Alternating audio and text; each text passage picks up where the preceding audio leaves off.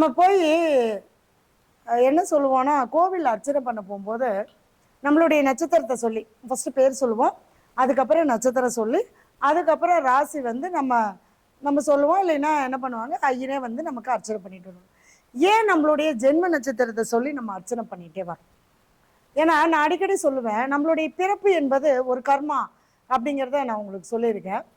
அப்ப அந்த கர்மா வந்து கொஞ்சம் கொஞ்சமா நம்மளுக்கு ரெக்கவர் ஆகிறதுக்கு தான் நம்மளுடைய பேரை சாமி கிட்ட சொல்லி அர்ச்சனை பண்றோம்.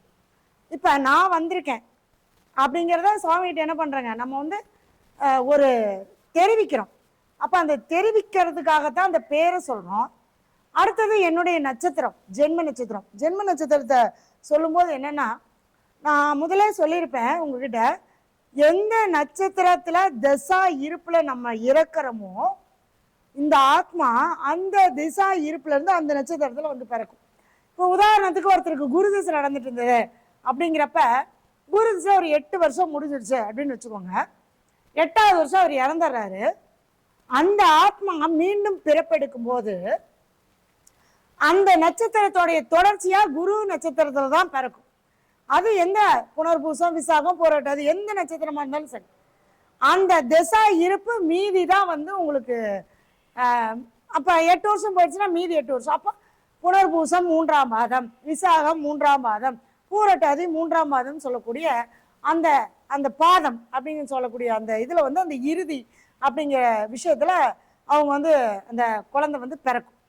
அப்ப ஒவ்வொருத்தருமே, அதனாலதான் அதுல ஜாதகத்துல நம்ம எழுதியிருப்பாங்க, ஜனன கால இருப்பு திசை மாதா கர்ப்பத்தில் சென்றது போக நின்ற இருப்பு அப்படின்னு சொல்லுவாங்க. அதுதான் நம்ம முற்பிறவியில இந்த ஆத்மா முடியும் போது என்ன திசை நடந்ததோ அந்த திசையினுடைய நட்சத்திரத்தின் தொடர்ச்சி தான் நம்ம பிறந்திருக்கோம். அதனாலதான் நம்ம ஒரு நட்சத்திரம் சொல்லி, நம்மளுடைய நட்சத்திரத்தை சொல்லி நம்ம அர்ச்சனை பண்றோம். ஏன்னா அந்த கர்மாவை நம்ம என்ன பண்ணிட்டு இருக்கோங்க, கோவிலுக்கு போக போக போக அந்த நட்சத்திரத்துக்கு உண்டான கர்மா நிவர்த்தியை நம்ம பண்ணிட்டு இருக்கோம். எல்லாமே சொல்லுவோம், ஜென்ம நட்சத்திரத்தன்னைக்கு நல்ல காரியங்கள் செய்யக்கூடாது. ஏன்னா ஜென்ம நட்சத்திரத்தை நம்ம என்ன பண்ணக்கூடாதுங்க, இயக்க கூடாது. சரிங்களா? ஒரு நிமிஷம் ஷேர் பண்ணுங்க.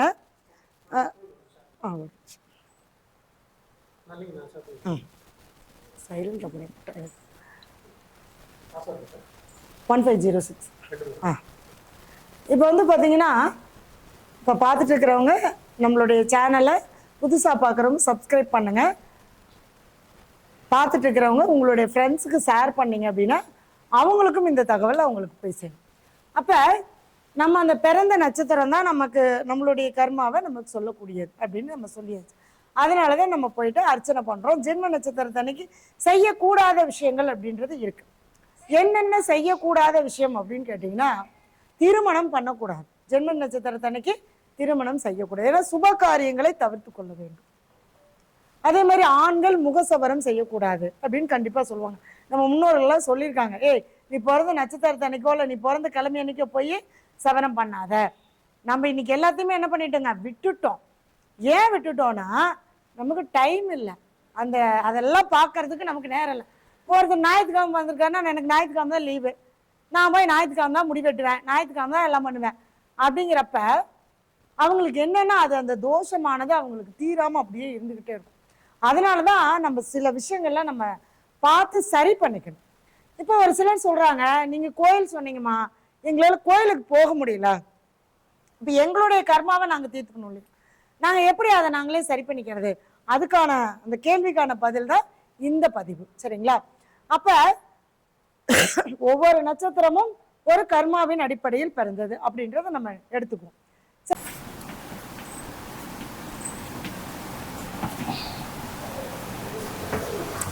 மூல நட்சத்திரம், மூல நட்சத்திரம் கேதுவுடைய நட்சத்திரம். அப்ப குருவுடைய வீட்டில் இருக்கு.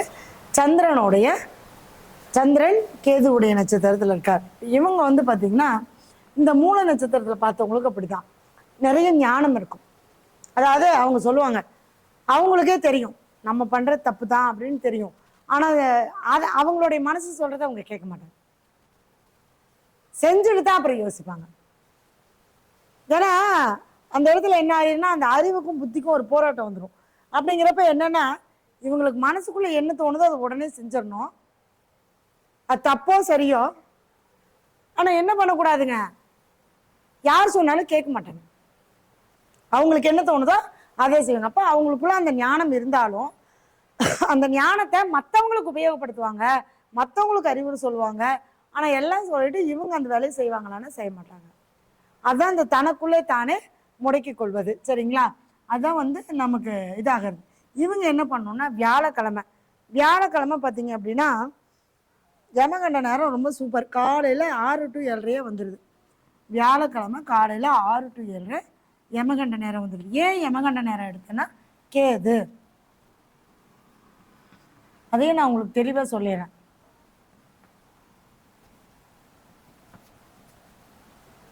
வியாழக்கிழமை காலையில் 6 மணிலேருந்து 7:30 மணிக்குள்ள யமகண்ட நேரம். சரிங்களா? இங்கே வந்து பார்த்தீங்க அப்படின்னா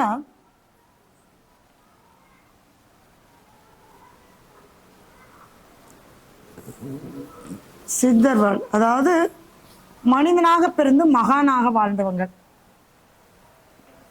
யாரு சொல்லலாம்? சாய்பாபா.